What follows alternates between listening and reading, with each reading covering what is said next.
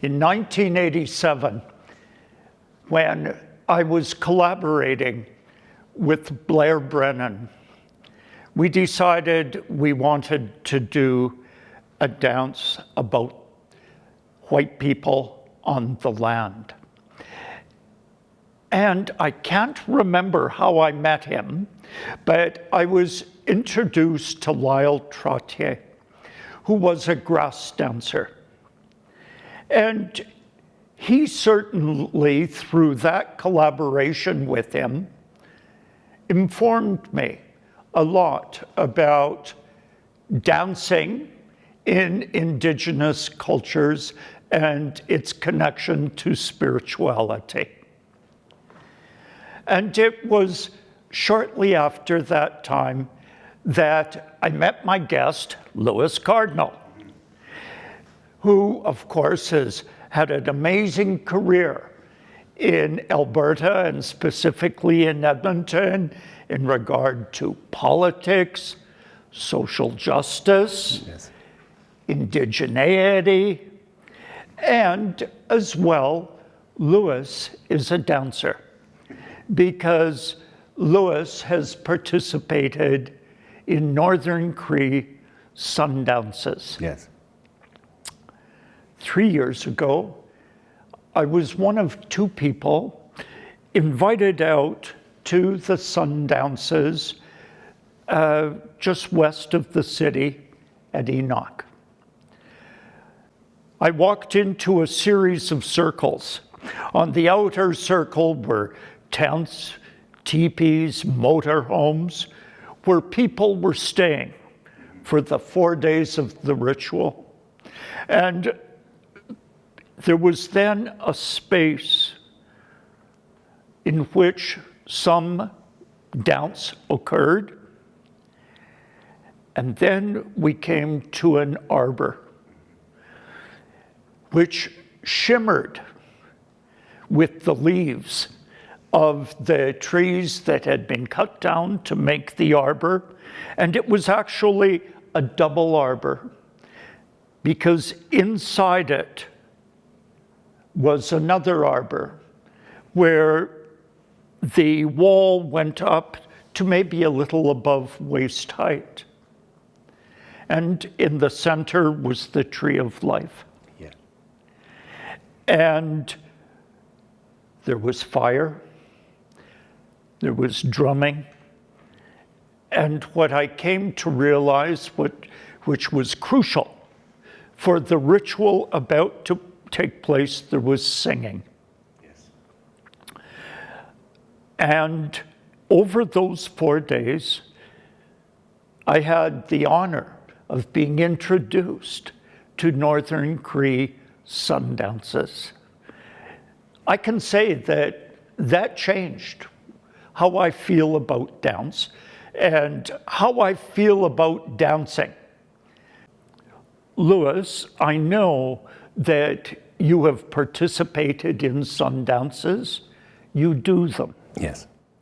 I'm really interested in what brought you to participating in the Sundance. It was a calling, and it was something that I've been familiar with. I've been to Sundances. My very first Sundance, I believe I was 16 years old, and that was a traditional Cree, Northern Cree Sundance, and you described it perfectly in terms of how the harbor is set up. But as I got older, you know, life takes you away, and you have to raise a family and do all that sort of stuff. But during that time, I started to really have an intuitive feeling about going to the Sundance again and making this commitment to dance for 4 years. And so it really came to a head, you know, a number of years ago when I said, okay, now I have to do this. And the reason why it was important to me is because as a father, I felt that I also had an obligation to make sacrifice for the well-being of my family. But also because I was involved in community politics, mainstream politics, I also realized that I also have to dance for the nation. So to make that sacrifice, that physical sacrifice, the deprivation that you have to go through, no food, no water for 4 days, is something that you're giving to the entirety of creation, and praying for your relatives, your family, your nation, for health and happiness and strength and courage and prosperity. So it's an offering of yourself. Because after all, the only thing we really have as human beings is our prayers, our songs, our dance, and our bodies. So we offer all of those at the same time. Which is quite amazing. I mean, we think of spirituality, and let's say in the Christian tradition, we think first there was the Word. Yes. But I question that, because whether we're thinking of the Big Bang, Yeah. or of human beings, and in how we first expressed ourselves, I think it was first there was the action. Right. There was movement. Movement. Actually, yeah. It's Then there was the movement, Word. and then there was the Word. Yeah. You got it. Yeah. Exactly true. I'm interested when you said you made the commitment. Yes. In a sense, a commitment to give of your body. Yes. Can you talk a little further about that, please? When you make this kind of commitment, it's a deep and it's a spiritual commitment, that you're putting out your energy and your body towards that action, because you're right, it is an action.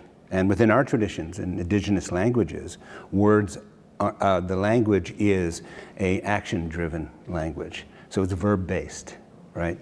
So it's related to things that we need to do in our lives. So we always move on action. And the language bears that out. So when we're making that commitment during the Sundance, you're not just dancing for the sake of dancing. You're actually giving that energy, because dancing is also a form of prayer as well. And so you're making that commitment as a physical commitment, because you're giving your energy. You're giving through prayer and through action. The desires that you wish for others, because you don't dance for yourself, is what a golden rule is in Sundancing. You dance for others. You give of yourself to others. Hence that sacrifice, wanting to improve life, the conditions of life for those who you love, in a very physical way. That also draws on your intellectual strengths as well. So it is about that concentration of what you wish to see in the world. And you're making that physical commitment to do that. You are putting yourself literally out there through the sacrifice of your energy and the pain that comes along with it as well. And so you said that the first time you experienced Sundance, you were 16 years old. Yes. I mean, you're in your youth. How did that hit you? I would say that I was overwhelmed by the intensity of it, and really feeling a physical power outside of yourself within that sacred arbor was a very inspiring and awe-inspiring experience, to feel that somethingness that is greater than yourself, but also feeling that connection to that greaterness of something else, which is the Creator, which is Mother Earth, which is your ancestors that are also dancing with you in the Sundance Lodge. When you participate in a Northern Cree Sundance, the piercing is in the back.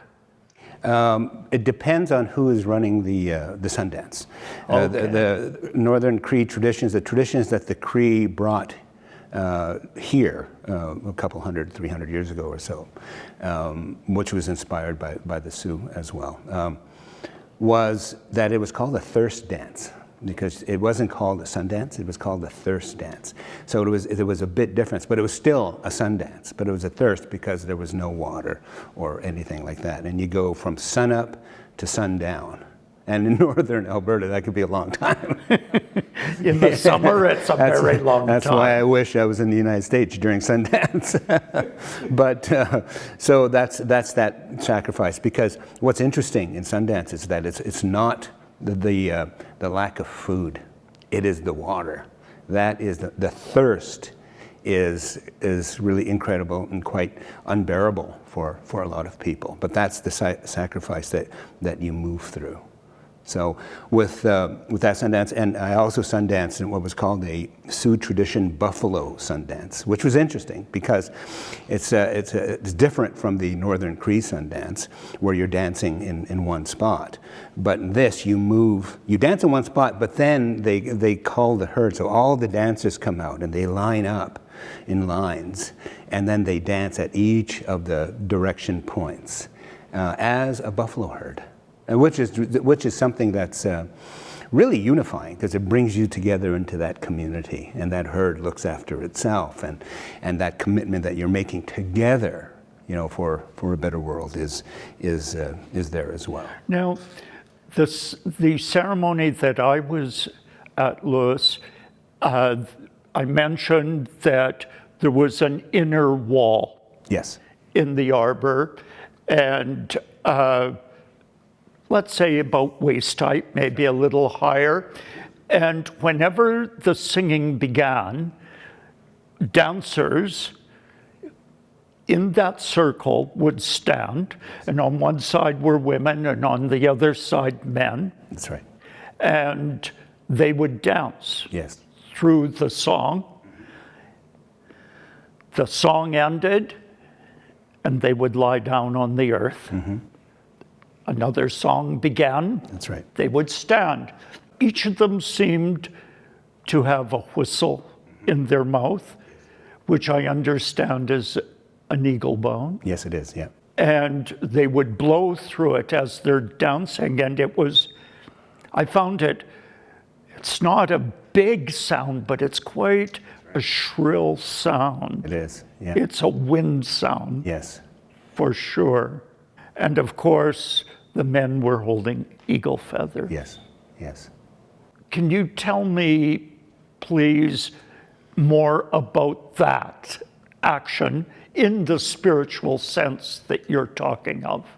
And that action, when because you're dancing all day as well, and you've probably danced the day before as well, so it's 4 days of dancing. And within that thirst dance tradition, you have your nest. Behind that arbor, they call it your nest. You're there, there's another person there, and there's another person there. And you don't leave the arbor unless you have to go to the washroom. But you're in that one place for 4 days and 4 nights. When you're dancing during the day and the sun starts to come up, and you start to dance, the singing starts. You have your eagle feathers that you're holding, because you're also emulating that eagle, which is the messenger of the Creator. And so when you're praying, and you have the whistle, the eagle bone whistle, and you're blowing on it rhythmically, and you're moving up and down, your hands up and down in rhythm to the drum and the songs that are being played. And so you're listening to that, and you're looking directly ahead at the tree of life, because what needs to be done is that you need to focus entirely on your prayers and what you're focusing on that tree of life. You're praying consistently, and you're also rhythmically moving to the drums and the singing that is taking place. And then when that is done, you sit down and you rest and you contemplate. And then the next song starts again, and then you're up again doing that, and that will last throughout the day.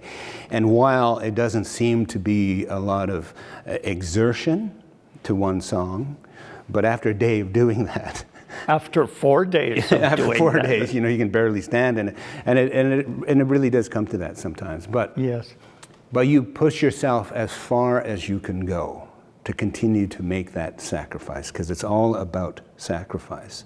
And that's why you need to focus on prayer, because that prayer also helps you to move through that time as well. And so you are tired by the end of the day, and you do sleep rather well at night. But then on the second day, that's when you really start to feel the thirst. And then the hunger pangs start to come, and they get fairly intense. But while that's happening, then the thirst is also increasing as well. And your voice becomes very crackly, and your mouth and your lips are very dry.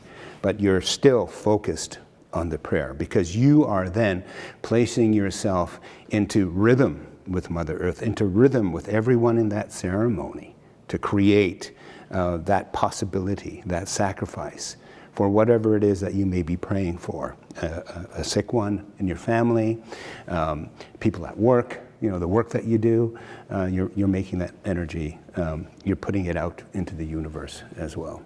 So it becomes a very, very deeply physically thing, but also a very spiritual one as well, because there's a point where the thirst and the hunger leaves you when you are focused on that. And it's during that time, when you've pushed yourself right to the very edge, is when you can start to receive information that comes to you. I mean, this is crucial. Yes. Where you are now. Yes, the receiving. Yes. I can say that in prayer and meditation, I have fasted. Yes. And it's amazing if you allow yourself to go through that experience. You do receive a lot of information. Yes. A dialogue is created with the Creator, with yourself. Exactly. I think a lot of information is shared within your being. It is. Which is about, I think, embodiment. That's right. Which in dancing, I think that sense of how we're dancing. It doesn't matter the form. That's true. It's the inner journey. Yes, it is. That's important. It's like in concert dancing, because I know you have performed as well, you know that part of experience. Performing is great, but really in the dance form that I do, it's in this room, this studio, where you work day after day. This is where the real dialogue occurs. On the other hand, dancing before people, audiences, witnesses, yeah, is really important as well. It is. And so I would think then the witnesses at a Sundance are very important people as well. They are. They provide support to you through their prayers and their presence. Normally you don't look at them or anything else but the tree of life while you're dancing. But you do know that when they're there, that you feel that care. You feel they're holding you up as well in a spiritual way and giving you that sort of support. And so it becomes an integration. And what I mean by that is that there's this unique feeling that happens, at least it happens to me quite clearly, is that you suddenly feel that you are a part of something greater than yourself. Yes. And that in that way, you learn that you are not alone, which I think is one of the greatest fears of humanity, is of being alone and not connected to anything. But when you feel that embrace, the embrace of what we would say our Mother Earth and all the gifts that she's given us. And then it teaches you also that you do have something to contribute to all of this wholeness as well. So you have purpose, you have function. To define what those actions are and those purposes is your journey. And so when you're in that state of dancing to that extreme, you then also learn about yourself, because you're also in a perpetual state of reflection. And so then you start to really see yourself in perhaps a whole new way, or you discover a part of yourself that you weren't aware of or only had inklings of. So it brings you also to that self-recognition in relationship to the greater, or the greatness of the great This mystery. sense of self-recognition. I think that's so important. It is. It's important in concert dancing too. I mean, right now, as I told you earlier, I'm creating a dance. When I perform that dance, I will be 70 years old. Yeah. I mean, who am I communicating with? When I'm making that dance, really it's a dialogue with myself. It is. I don't feel that at this point in my life, I'm out to prove anything, but I am out to create something. The act of creation. Yes. It's pretty amazing.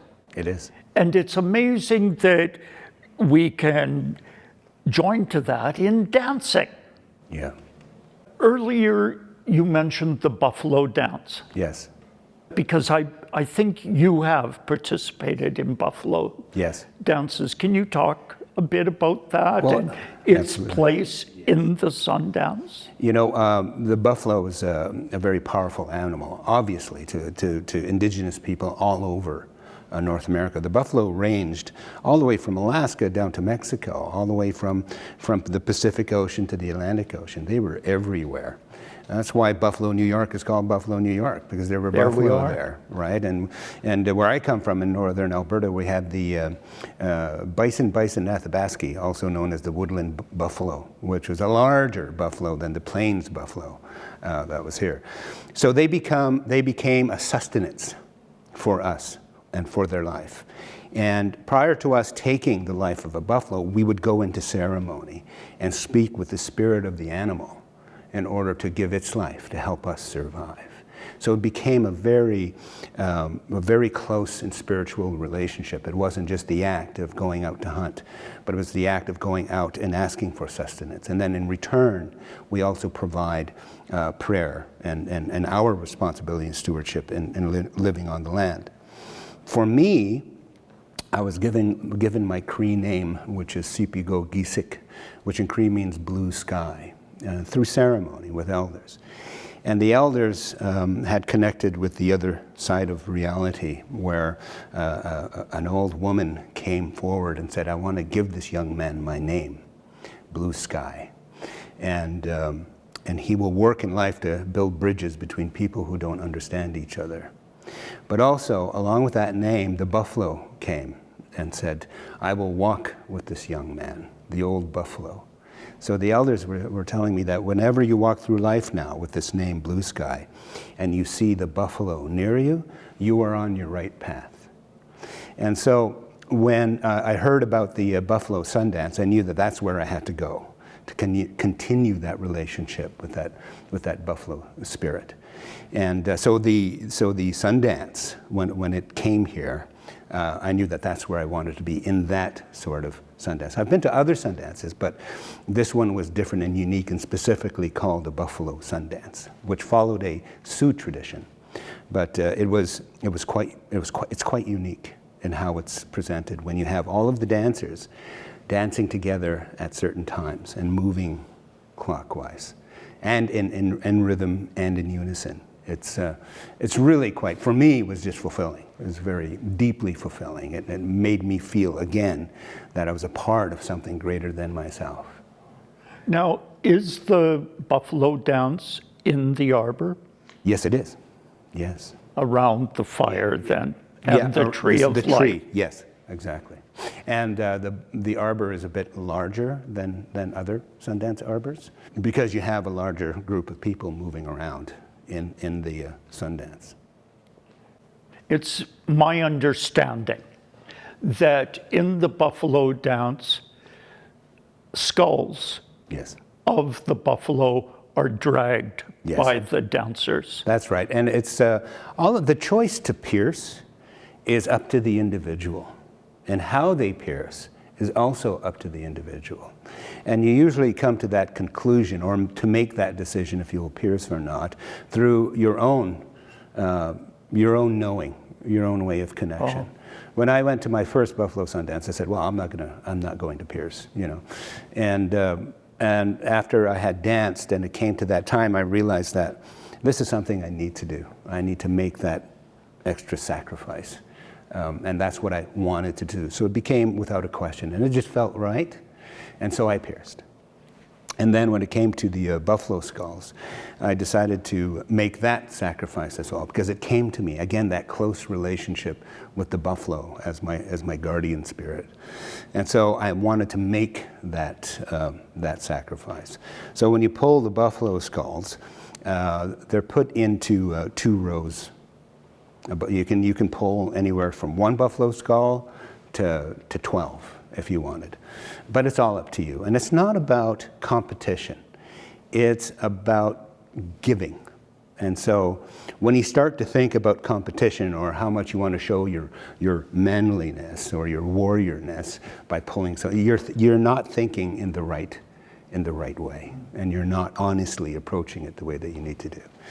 So with pulling those buffalo skulls, it's done outside of the arbor. So it goes around the outside of the arbor all the way around. And then, and then you're done, and then you go back. They pierce you in the back as well, and they put tongs on there, and they're connected to the buffalo skulls. This space around the arbor then Yes. is holy space. Yes, it is. Yeah, the whole area where the encampment is, to where the dancers sleep at night, because they don't sleep inside the arbor during the buffalo dance. They have their own tents off to the side. That's a circle that goes around the Sundance arbor. So it is. So that whole area is sacred, because what we're taught is that when you are entering into the Sundance and you're Sundancing, you are actually entering into what they call a little death, and you become a spiritual being. So there's protocol that has to be followed by anyone who's working and supporting the Sundance, and include bringing you to the washroom and back, so they can't touch you, right? And so and when you go to your tent or your lodge to sleep at night, then that whole area is also considered, because that's where the spirits are, right? And then we gather again in the Sundance in the morning. In the buffalo dance, the piercings are broken. Yes. Then I would think that the healing period Yes. after the ritual has taken place has to be very important. Well, it is, but also it's surprisingly quick. That's been my experience. So when they put they skewer you with a piece of wood, right? And it goes through your skin, and then it's around that you put the tongs that pull the buffalo skulls, or on the chest when you're piercing. So they pierce you with those 2 wooden stakes, and they're less than a pinky width. And then sometimes they break, but also the tongs break as well. So then the sticks will come out. And then when you're done your dancing, they immediately put a poultice on it, right? And so then that starts the healing process almost immediately. And then after the day, you then go into a sweat lodge at the end of every day and the beginning of every day. At the end of the day, then you're in a sweat lodge again, and then they put more medicine on it. And so it tends to heal quite quickly. I was always quite surprised by that. I would think from day 1 to day 4 of the repetition of this ritual, Yes. which I think is crucial in all rituals. It is, yes. Repetition is part of it. That's right. The journey has to be huge. Yes. It is. It's a journey that takes you inside and outside of yourself. It also takes you into that spiritual realm in your own way. And each person's spiritual experience is different. It all depends on who they are and what they need. So nothing is. Not everyone will have a vision or receive a message. And if they do, it'll vary from one thing to another. Some people will see full scale, in Technicolor visions, and others won't, but they'll have an intuitive feeling, an inner voice, if you will, because you're also seeking that knowledge in terms of yourself, because that's what it does. It helps you to bring you to that closer part of who you really are, and a lot more deeper resonation with yourself. Something I wanted to ask you about in regard to this, Lewis, is the concept of the migration of peoples. Yes. Because when I have traveled to northern India, towards Tibet, I've experienced particularly the concept of the tree of life, Yes. and the fabric wrapped around it, Yes. as occurs in the Sundance, and fabric hanging That's right. from the trees that does not touch the ground. Yes. When I went to the Sundance, I went, oh my, I've experienced this before, That's right. but it was in North India. Yes. So similar. Exactly.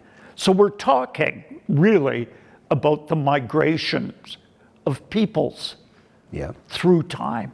But also that common spiritual point and mythological point that we Yes. have as human beings.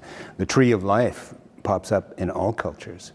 It's there, and it's used in different ways. If you look at the cross itself, it represents a tree of life too. You know, so there's deep hidden symbols in different cultures that represent that tree of life. It's consistent, and the question is why? You know, and what does it mean? Well, that's the spiritual journey, to find that connection to that great, you know, that great tree of life. So it's a very powerful, common human symbol.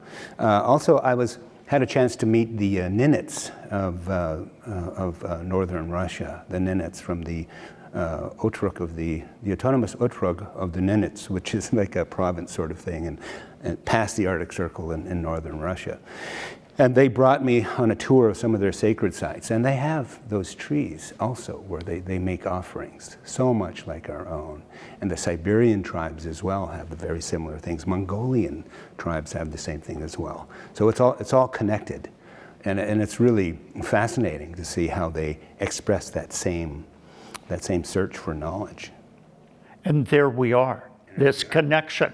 Absolutely. I mean, it's powerful. That's right. Obviously.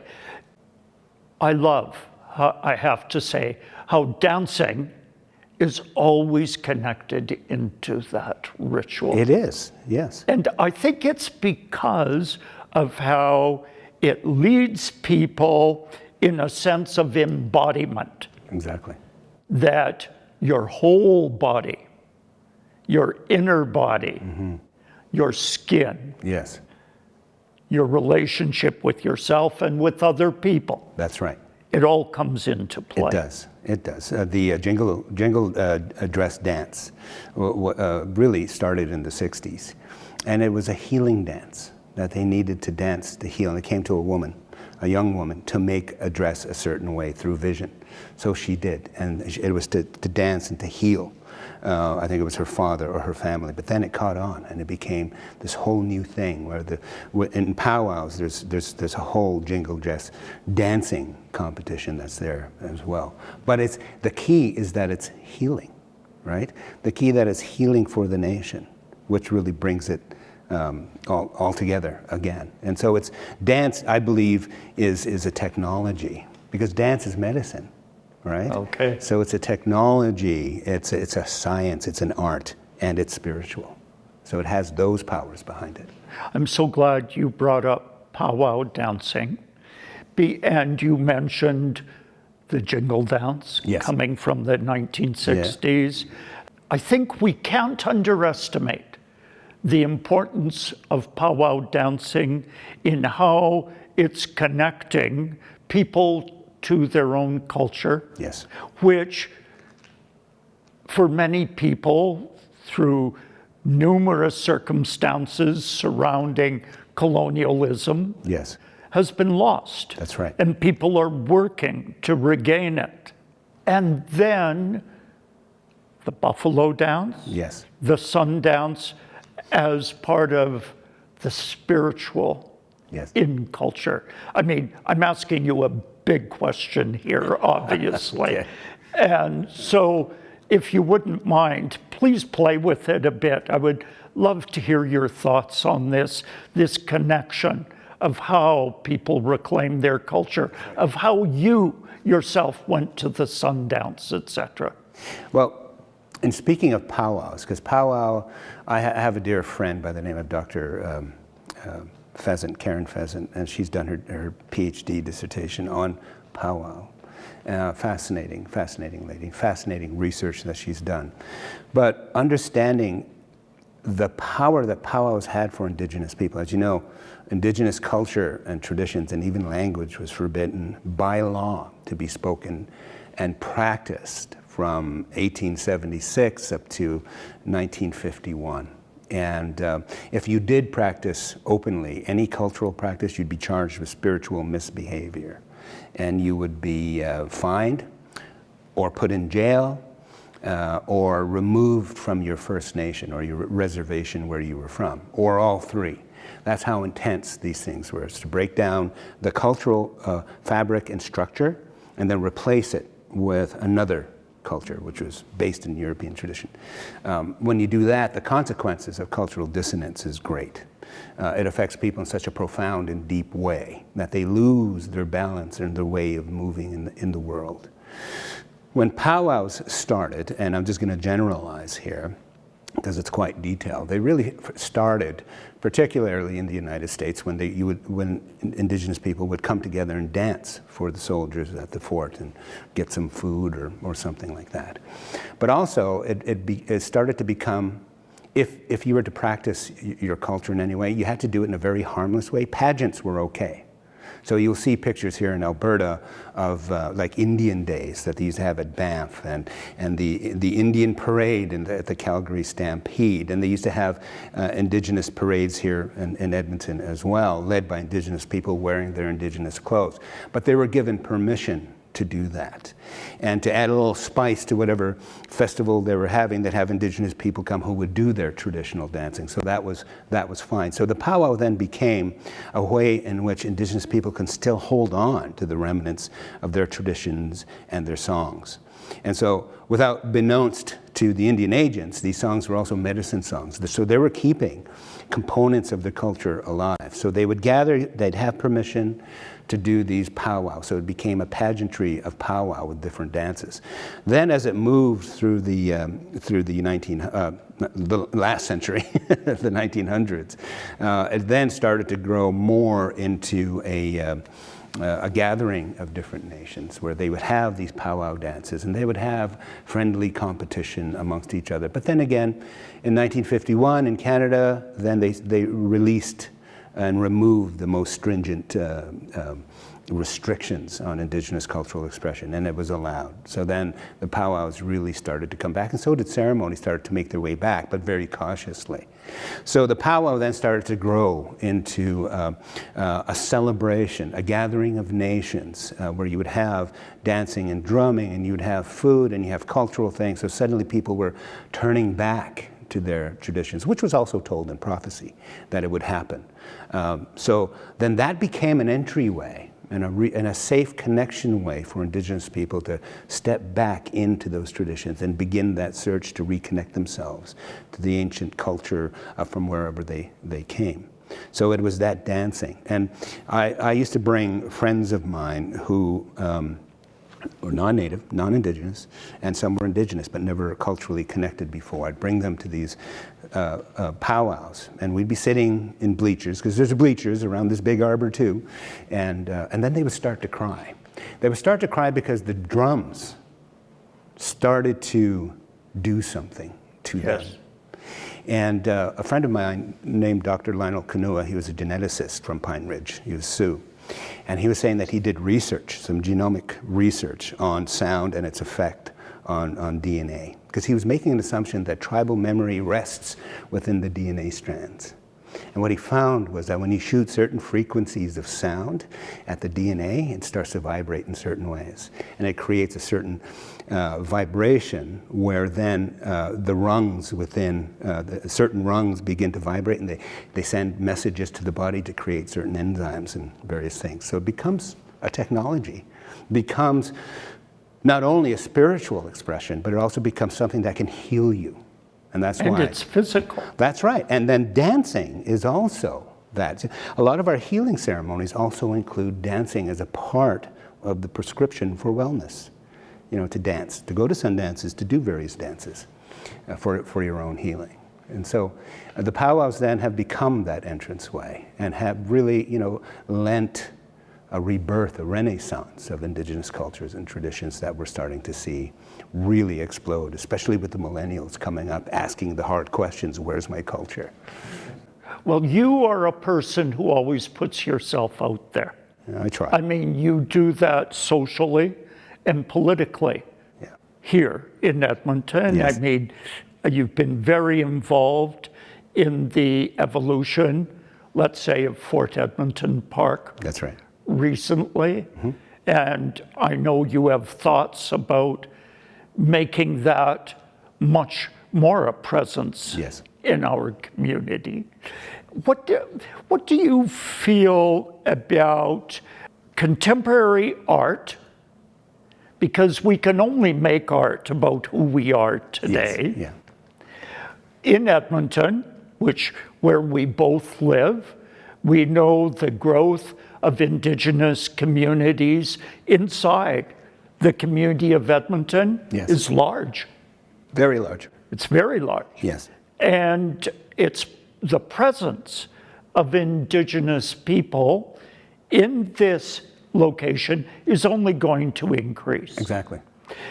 We also know that this place called Edmonton has been a meeting place of Indigenous peoples for thousands of years. Yes. So this is a huge concept, and we could talk for hours and days about it. But I'm interested in your feelings in terms of making art, participating in dancing as part of ritual. Absolutely. I mean, all of these things have to connect They do. somewhere. Yes. And I guess it's going to be right here in Edmonton. I believe it is. As you pointed out, Edmonton was made at the end of the last ice age. So Edmonton, the gathering place here in Edmonton was here shortly after the ice sheets went away. And so people were gathering here for thousands of years to celebrate, do ceremony, and trade together. So it became a sacred place of gathering. So different nations would always come here. So today we have within a 45-minute driving distance of the city of Edmonton and the city itself, we have about 120,000 Indigenous people within the greater Edmonton area. And that is the largest urban population in Canada, period. But if you measure it just by the geographic boundaries, either of the city itself or the census metropolitan area, it comes in second to Winnipeg. However, when you extend it just a little bit more, then it's large. There it is. And Indigenous people in the 8 First Nations that are around the city of Edmonton come to Edmonton every single day. A lot of them do. Yes. They work here, they come to school here, their medical needs are met here, all kinds of different things. So they're here. Also, we know that every single Indigenous nation that is represented in Canada, and there's somewhere between 60, 65 Indigenous nations, unique Indigenous nations, make Edmonton their home. So it is a cosmopolitan place, even long before it became a cosmopolitan city, of all these different people coming here. Now that human exchange is the garden of developing new things and growing new things. As the mythologist Joseph Campbell had once said, if a culture does not change its metaphors to meet the challenges of the day, it'll die. And so we are coming together again, learning from each other, sharing, exchanging, and from that we're going to develop things we're not even thinking of yet. Art will be that first expression of it, where we start to see that blend start to come, and yet the values and the principles and the foundations of culture will not be lost. It's what we will be wearing that might be a bit different, or a new dance that'll be introduced, or a new art form to be created. That's what we're going to see coming out of here in the next generation or two. Yeah. It's amazing. It is. It's amazing. And this is life, right? I mean, we cannot hold on to the past. No. Time only moves forward. Yeah. So, but we can certainly be present with the past. Oh, we can. And it has huge influence It does. on all of us. It cannot help but to be. As artists, as human beings, we're all part of a lineage. Yes, as we are. well. And an indigenous lineage at that. Because There. all human beings on the planet had indigenous cultures and traditions that shaped them. The difference is, as we entered in our technological age, we disconnected ourselves from the roots of our mother. Yeah. Right? So now our job is to reconnect those roots so we can re-establish ourselves living in harmony and balance, and the way that we should be as human beings. I feel like I want to go on speaking all day with you, Lewis, but I have found it so moving that someone like you, who I first knew in a political arena, Yes. and in a social arena, is a person who dances. Yes. I like that a lot because we can have cliches. I remember the one, dancing is life. Yes. Well, guess what? Dancing is life. Yeah. I mean, it's all about the beating of the heart. That is true. Thank you very much. Thank you. I really appreciate this very, very much. I appreciate it too, and everything you do. Thank you. Thank you.